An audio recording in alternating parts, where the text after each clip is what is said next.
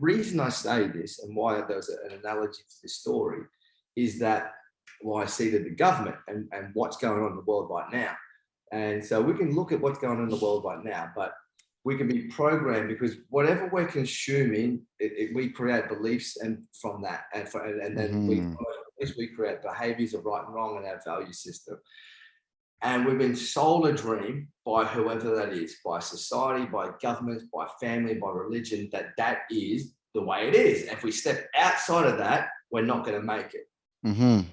What I mentioned in my story was that I ventured out there because it's just like, man, there might be something else out here that could be different. So I ventured out and found that for myself.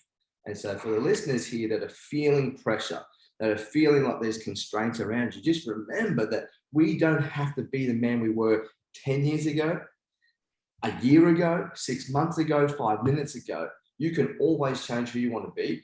And there could be right now just to step out into the real world and see what's really going on, and and be very vigilant of what we're consuming, what we're being told, who we are as an individual, whether that's in your career, as a man, in a relationship, as a father. Like, question fucking everything. Yes. No one's got all the answers. And so it wasn't until I questioned these leaders in the government that were telling me that I wasn't good enough. And when I did, it was like, oh man, Amway made way more money.